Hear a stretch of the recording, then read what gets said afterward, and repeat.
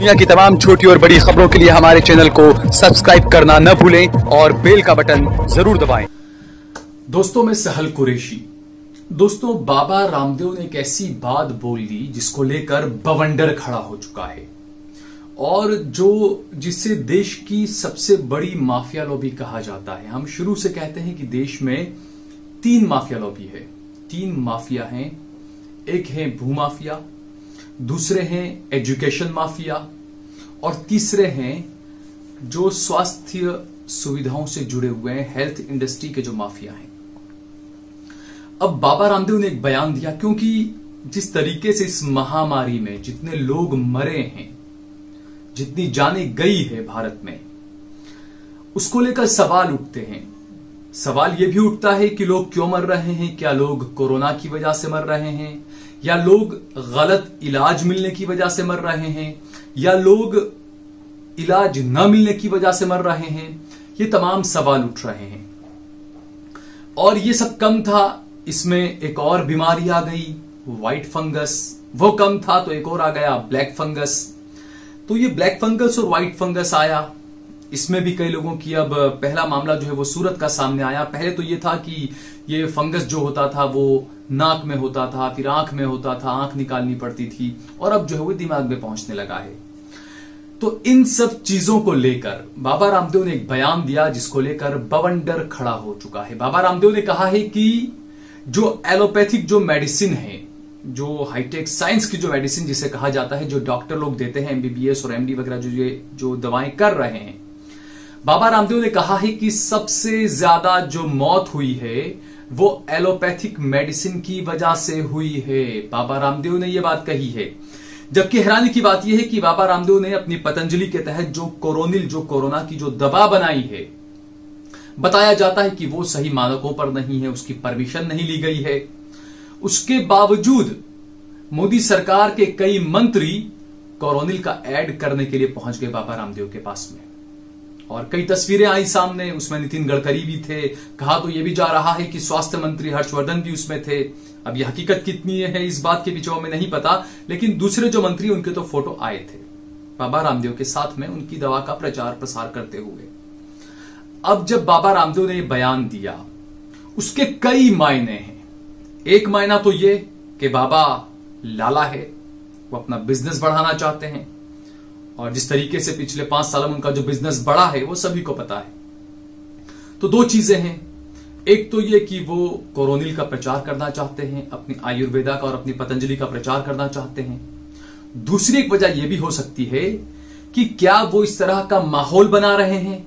प्रधानमंत्री जब रोए, और यह भी एक बात है कि प्रधानमंत्री जब रोए हैं तब देश को उसकी भारी कीमत अदा करनी पड़ी है, देश को उसका खामियाजा चुकाना पड़ा है, भुगतना पड़ा है देश को। जब महापुरुष रोए हैं, महापुरुष रोए थे नोटबंदी के टाइम पर, उन्होंने कहा था कि फांसी दे देना, ये कर देना, वो कर देना, खूब रोए थे वो। लेकिन क्या हुआ नोटबंदी के बाद, ये हम सभी को पता है। क्या आतंकवाद रुका, क्या हमले रुके, क्या नकली करेंसी रुकी, ये कई सवाल इसको लेकर हैं। दूसरा ये कि महापुरुष को रोना पड़ा क्योंकि हालात जो है वो काबू से बाहर हो रहे हैं अब। तीसरा मामला ये कि क्या कहीं ना कहीं जो देश की जनता में जो गुस्सा है महापुरुष को लेकर, प्रधानमंत्री नरेंद्र मोदी को लेकर, उनकी सरकार को लेकर, क्या इसे कमतर करने में लगे हुए हैं बाबा रामदेव। क्या उन्होंने ये बयान इसलिए दिया कि नरेंद्र मोदी पर सवाल न उठे और सीधे तौर पर देश के जो डॉक्टर हैं जिन्हें प्रधानमंत्री नरेंद्र मोदी ने पहली कतार का कोरोना वॉरियर्स कहा था। बाबा रामदेव के सवाल ने, बाबा रामदेव की इस बात ने कोरोना के काल में पहली फहरिस्त में सबसे पहले कतार में खड़े जो कोरोना वॉरियर्स थे उन पर सवाल उठा दिए हैं। तो क्या यह वजह भी है कि प्रधानमंत्री नरेंद्र मोदी को क्लीन चिट मिल जाए और तमाम ठीकरा जो है वो डॉक्टरों पर फोड़ दिया जाए कि डॉक्टरों की वजह से मौत ज्यादा हुई है। ये 2 चीजें यहां पर हो सकती है। तीसरा, बाबा रामदेव का जो ये बयान आया उसके बाद में मेडिकल एसोसिएशन जो है वो पहुंच चुका है और उसने पत्र लिखा और उसने कहा है कि बाबा रामदेव के खिलाफ सख्त से सख्त कार्रवाई की जाए। वो जिस तरीके से बयान दे रहे हैं डॉक्टरों के खिलाफ वो सही नहीं है। और साथ ही साथ उनकी दवाओं को लेकर भी जो है वो सवाल उठ रहे हैं, कोरोनिल वगैरह को लेकर भी सवाल उठने लगे हैं। तो ऐसे में यकीनन बाबा रामदेव की मुश्किलें बढ़ सकती है, लेकिन अगर मुश्किलें नहीं बढ़ती है तो ये मान लीजिएगा कि बाबा रामदेव भाजपा की, आरएसएस की गुड बुक में शामिल है। और अगर कार्रवाई होती है तो ये मान लीजिए कि प्रधानमंत्री नरेंद्र मोदी वो शख्सियत है जिनके खिलाफ कोई जरा सा भी चूचा करता है तो ये उसको बख्शते नहीं है। दूसरा, बाबा रामदेव ने जो सवाल उठाए दवाओं पर, कुछ हद तक ये बात हमेशा कही जाती है कि लोगों को, जैसा हमने शुरुआत में कहा, कि सही इलाज नहीं मिला या गलत इलाज मिला, कुछ बात हो सकती है। अब कई लोगों ने यह भी कहा कि जो वैक्सीनेशन जो चल रहा है उसी की वजह से दूसरी लहर आई है। इस बात को लेकर कई सवाल उठे। हैरानी की बात तो यह है कि हमारे देश का कोई वैज्ञानिक या कोई बड़ा डॉक्टर इस मामले पर बात करने के लिए तैयार नहीं है। वो खामोशी अख्तियार कर लेता है, वो कुछ बोलना नहीं चाहता। इसके पीछे की वजह क्या है ये वही जाने। सवाल तो खड़े होते हैं, लेकिन क्या वैक्सीनेशन ही एक बड़ी वजह है नए वेरिएंट की? इसे लेकर सवाल उठ रहे थे। इसी के बीच में एक शख्स ने इसकी पुष्टि कर दी है। एक शख्स ने कहा है कि हां, वैक्सीनेशन की वजह से ही नया वेरिएंट आया है। और ये जो व्यक्ति है ये कोई छोटे मोटे इंसान नहीं है। ये फ्रांस के जाने माने वायरोलिस्ट प्रोफेसर ल्यूक मॉन्टेग्नियर हैं। मॉन्टेग्नियर जो हैं वो कोई मामूली व्यक्ति नहीं है, कोई मामूली शख्स नहीं है। ये बड़े प्रोफेसर हैं। ये 2008 में ये अपने चिकित्सा के इस मामले में, चिकित्सा के अपनी पूरे पेशे के अंदर कई रिसर्च कर चुके हैं, कई किताबें लिख चुके हैं, और इसके लिए इन्हें 2008 में नोबेल पुरस्कार भी मिला था। तो ये तो तय है कि ये कोई छोटा मोटा व्यक्ति नहीं है जो बकवास कर देता है। एक ऐसा व्यक्ति है जिसने कई सालों तक की बड़ी रिसर्च की है। उनका ये कहना है। दरअसल मॉन्टेग्नियर ने ये बड़े खुलासे इसी महीने एक साक्षात्कार दिया और उसमें उन्होंने ये खुलासे किए हैं। अमेरिका के IRAIR फाउंडेशन ने विशेष तौर पर ट्रांसलेट किया है इसे, जिसके बाद उनका वीडियो अब सोशल मीडिया पर खूब वायरल हो रहा है।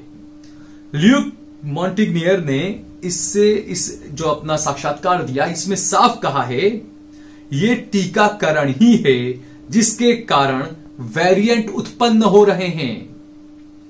वीडियो में जब मॉन्टेग्नियर से पूछा गया कि टीकाकरण शुरू होने के बाद से जनवरी से नए मामले और मौत के आंकड़े जो है वो तेजी से बढ़ रहे हैं, खासतौर पर युवाओं में, तो इस पर आप क्या कहते हैं? ये जब उनसे पूछा गया तो इसके जवाब में इन्होंने क्या कहा वो सुनिए। इसके जवाब में मॉन्टेग्नियर ने कहा ये एक ऐसी वैज्ञानिक मेडिकल गलती है जिसे स्वीकार नहीं किया जा सकता। इसे ऐतिहासिक माना जाएगा और इतिहास में इसे दिखाया जाएगा, क्योंकि टीकाकरण ही नए वेरिएंट उत्पन्न कर रहा है। ये एक बहुत बड़े डॉक्टर हैं फ्रांस के, उन्होंने ये बात कही है। उन्होंने आगे भी ये कहा कि चीनी वायरस के लिए एंटीबॉडी है जो वैक्सीन से आती है। तो वायरस क्या करता है? क्या वो मर जाता है? वो वायरस जो इंसानों के जिस्म में जो वायरस होता है, क्या वो मर जाता है एंटीबॉडी के बाद, या कोई और रास्ता ढूंढता है? इसके जवाब में उन्होंने कहा कि तब नए तरह के वेरिएंट उत्पन्न होते हैं और ये टीकाकरण का परिणाम है। वैक्सीन एंटीबॉडी बनाती है जो वायरस को कोई दूसरा रास्ता खोजने या मरने पर विवश करती है, और इसी के चलते नए वेरिएंट उत्पन्न होते हैं। क्योंकि यह हमने देखा कि ये जो बात बताई इन्होंने कि नए वेरिएंट उत्पन्न होते हैं, क्योंकि जब कोरोना का जो मरीज होता है, जब उसकी हालत ज्यादा खराब होती है तो उसे स्टेरॉइड दिया जाता है। स्टेरॉइड क्या काम करता है कि वो और ज्यादा दुगनी ताकत करता है। तो जब दो चीजें मिलती है इंसान की बॉडी में, जब कोई चीज गई उसके साथ में अगर स्टेरॉइड भी दिया गया तो उसका असर डबल होने लगता है। तो क्या माना जाए, ये जो ब्लैक फंगस, व्हाइट फंगस है, ये भी उसी का नतीजा है। क्योंकि आप गूगल पर भी जाकर आप सर्च कर सकते हैं, किसी डॉक्टर से भी आप पूछा, लेकिन डॉक्टर ये चीजें कम बताते हैं कि स्टेरॉइड के साइड इफेक्ट्स क्या क्या हैं। उसमें चमड़ी की बीमारी, चमड़ी पे काले धब्बे पड़ना, ये तमाम बीमारियां उसमें शामिल है। तो हो सकता है कि ये व्हाइट फंगस और ब्लैक फंगस जो है ये उसी का नतीजा है। तो बाबा रामदेव ने जो बातें कही कि एलोपैथिक जो दवाएं हैं उसी वजह से लोग ज्यादा मरे हैं, ये बात उन्होंने कही। इसके पीछे क्या वजह रही होगी, ये बड़ा सवाल है।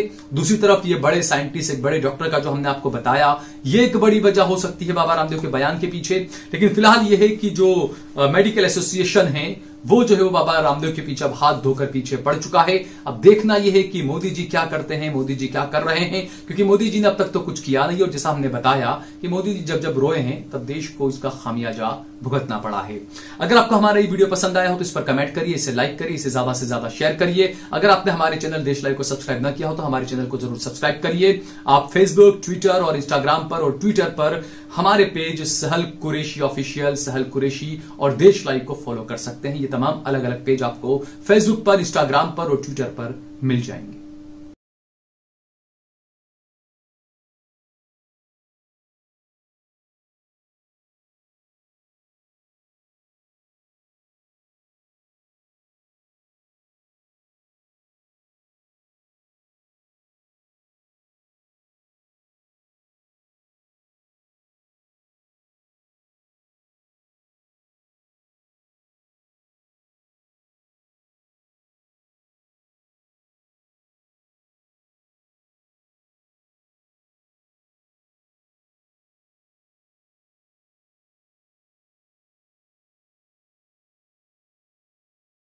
आप देख रहे हैं देश लाइव, देश की आवाज।